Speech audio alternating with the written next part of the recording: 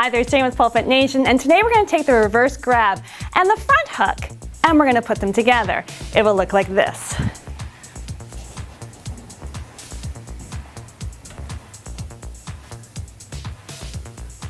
Here is the breakdown. So you need to have a strong reverse grab, bringing your body around, and you need to have a really good front hook.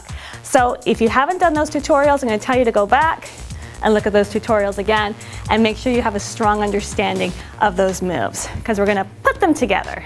So your inside hand's going to be up nice and high. As you push out, outside hand's going to come to the pole. Your body's going to come around, outside hand's going to come behind the pole.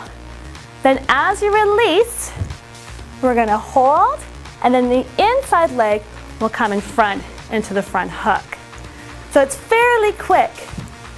We're going to step on the inside foot, we're going to push up, release, hook, and then lowering down. Let's look at this again. Inside hand nice and high.